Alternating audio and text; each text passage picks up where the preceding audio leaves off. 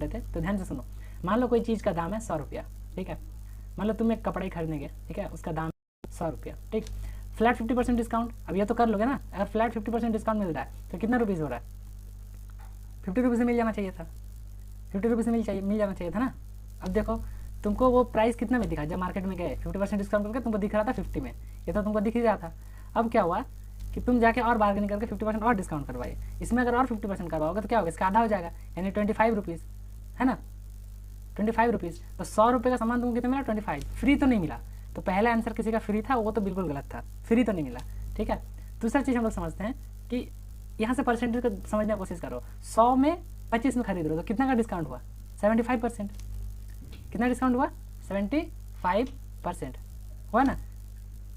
100 रुपये दाम था, अगर 100% डिस्काउंट होता तो 0 में मिलता, लेकिन मिला कितना, 75%, तभी ना तुमको 25 रुपये में मिला। हम लोग ऊपर ही मैनुअली चेक किए ना, हाँ। इसका मतलब पहला का आंसर होगा 75%, जो हम लोग ऐसे देखें, ठीक है। अब देखो डिस्काउंट मतलब क्या, डिक्रीज होना। कोई चीज़ का प्राइस अगर डिस्काउंट लिखा है, लेस लिखा है, डिक्रीज लिखा हुआ है, तो उस टाइम मतलब वो डिक्रीज हो रहा है, ठीक है। अगर कोई चीज़ इंक्रीमेंट लिखा हुआ है, या फिर प्राइस हाइक लिखा हुआ है, या फिर रेट हाई हो रहा है, तो उस टाइम क्या हो रहा है, इंक्रीज हो रहा है वैल्यू, उतना परसेंटेज इंक्रीमेंट, या फिर उतना परसेंट प्राइस हाई हो रहा है, तो उसका मतलब क्या है कि उस वैल्यू से प्राइस हाई हो रहा है। तो यहाँ पर डिस्काउंट मतलब डिक्रीज हो रहा है। तो एक बात बताओ, 50%, इसका मतलब हम लोग सबसे पहले ना इसको किस फॉर्म में लिखने की कोशिश करेंगे, डेसिमल में, राइट। तो सबसे पहला डिस्काउंट है 50%, तो 50% डिस्काउंट मतलब क्या होता है, डेसिमल में लिखोगे तो, या फिर हाँ डेसिमल में लिखो तो 100% से कितना परसेंट डिस्काउंट हो रहा है, 0.5, तो ये कितना वैल्यू मिलता है, 0.5, है ना, मिला ना, बोलो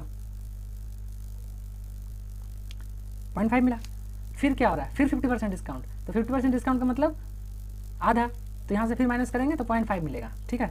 अब जैसे ये दो वैल्यू मिलेगा तो डिस्काउंट पे डिस्काउंट, तो जब भी डिस्काउंट पे डिस्काउंट हो तो तुमको सिंपली मल्टीप्लाई वाला केस लगाना है, यानी 0.5 इंटू 0.5, तो ये कितना हो जाएगा, 0.25। अब जैसे ही तुमको, जैसे तुम जब भी तुम डिस्काउंट या फिर इंक्रीमेंट और कुछ भी वैल्यू को अगर मल्टीप्लाई कर रहे हो, और वो अगर 1 से, इसको एकदम ध्यान से सुनो, अगर 1 से कम आया तो क्या करोगे, 1 से सब्ट्रैक्ट कर दोगे, अगर 1 से ज़्यादा आया तो फिर जो वैल्यू है उसको 1 से सब्ट्रैक्ट करोगे, मैंने 1 से कितना कम हो रहा है उसको लिखना है, या फिर 1 से कितना ज़्यादा हो रहा है उसको लिखना है। तो सिंपली ये तो हम लोग समझ सकते हैं, ये कहीं ना कहीं 1 से कम ही हो रहा है, 1 से कम नहीं हो रहा है, तो 1 से कितना कम हो रहा है, 75, सॉरी 0.75।